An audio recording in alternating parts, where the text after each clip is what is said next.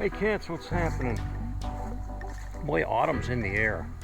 I mean, it's a warm day today. It's like almost 80 degrees, but look at the leaves. They're falling like crazy. They're starting to turn. A lot of the maples are starting to get that crimson tinge to them. Winter will be here before soon. We still got some nice riding days, though. I kind of like fall. I like the pretty autumn colors. I like the cooler temperatures. Uh, it makes for a nice ride too, you know. But anyway, did you ever hear that term? Are you a real biker? You know, I see that it gets asked. Well, not so much that question, but it's just the fact that so many labels are thrown out there anymore. You know, so what is a real biker? It kind of makes you wonder. You know, first of all, I guess you have to have a motorcycle to be a real biker. But what makes you a real biker, even if you have a motorcycle? To me, it's kind of a dumb question anyway, because, you know, okay, if you ride in a motor vehicle, a truck or a car, are you a real driver?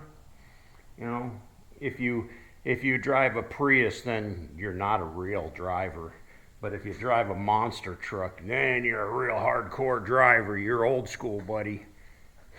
They don't put labels on people like that for driving cars, but on a motorcycle, all of a sudden there's all these labels, you know. There's the old school biker, the real biker, the hardcore biker, the yuppie biker, the rub biker. I mean, it just goes on and on.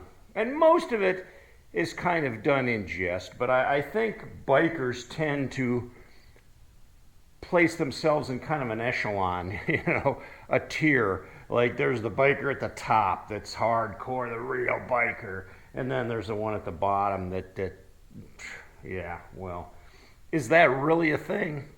In reality, no. You know, V and I, whenever we're riding around, whether we're on the bike or we're on the car, we see another motorcyclist on the road. And V will ask me, she'll go, is that a real biker? And we kind of chuckle because we know the thing. We know it's all in jest. We don't take any of it seriously. But, you know, we'll point out, no, he ain't wearing leathers. He's not a real biker. Or he's got tennis shoes on. He's not a real biker. You know, it's right there, black and white. We get a kick out of it. We get a chuckle out of doing that. But we don't mean any harm from it, you know. I mean, I wouldn't go up to somebody and say, you're not a real biker because you're wearing tennis shoes. No. You know, it's each to their own.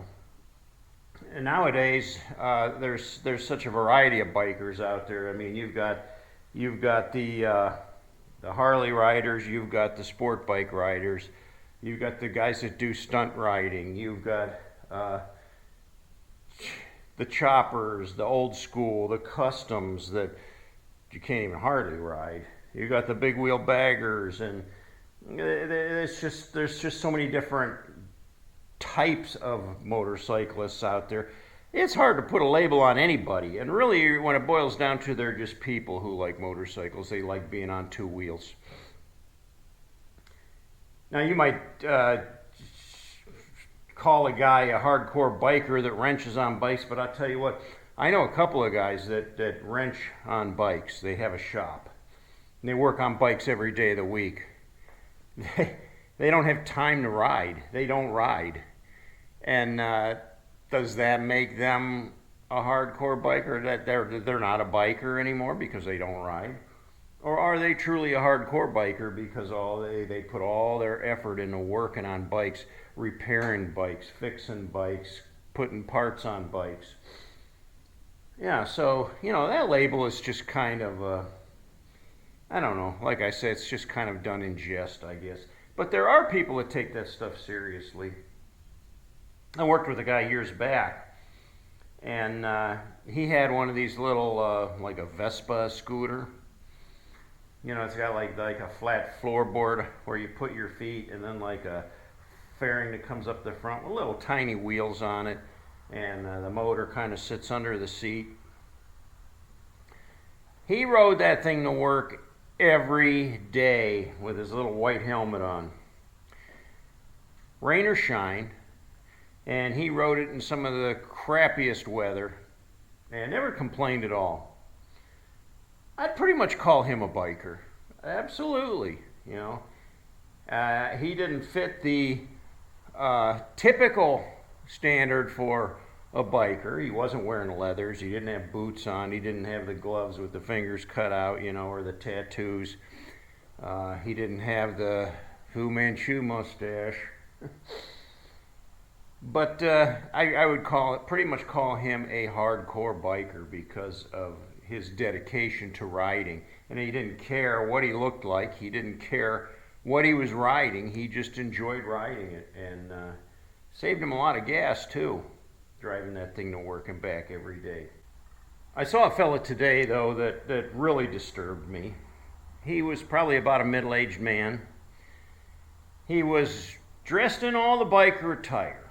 You know, he had the leather jacket with the patches on it, and he had the do-rag bandana on his head, and the boots, the gloves, the whole spiel.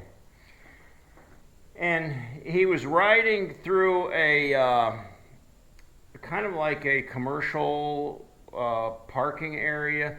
You know, it's like you're not on the main road, but there's like a road that runs along the parking lot, and there's, you know, you can turn into the parking lot, and it's not like an official street, but it's like on the property of the business or the shopping plaza or wherever. These little side streets, I guess. And I'm in my truck with my wife, and I see him coming on the motorcycle, and he's looking over his right shoulder, and he's not paying attention to where he's going at all.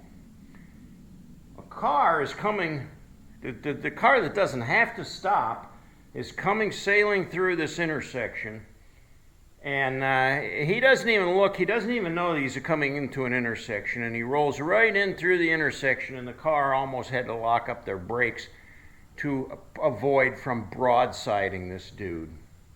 At the last minute, you know, he like turns and realizes that he almost got hit, and he kind of revs his engine and takes off up through the parking lot. That annoyed me. To me, that guy had a lot to learn about being a biker, because you got to really be attentive all the time. You can't be daydreaming and have your, you know, if the guy would have looked where he was going and paid attention to his surroundings, that would have never happened. Now, fortunately, there was no accident. Nobody got hurt. There wasn't even a scratch or anything.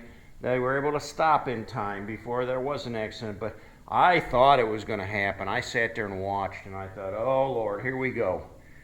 It would have truly been the biker's fault, too. That's what annoyed me. Really, really annoyed me.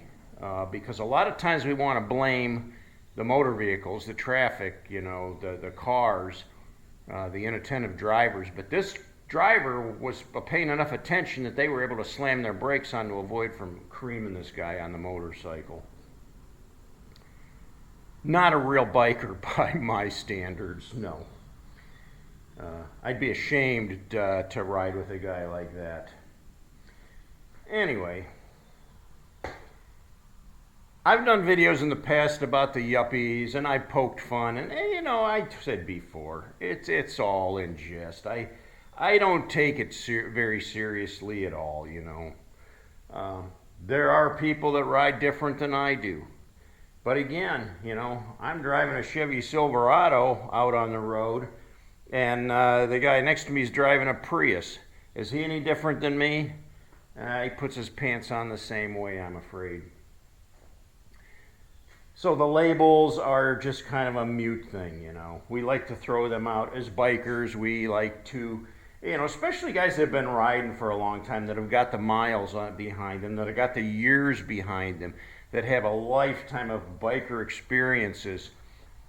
They kind of lift themselves up on a pedestal, like, I'm better than other bikers. Are they really though?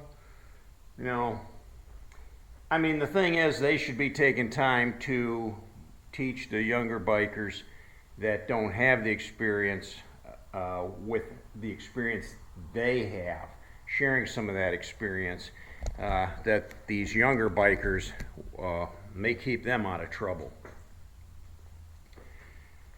All right, dudes, that's my rant for today. I hope you enjoyed it.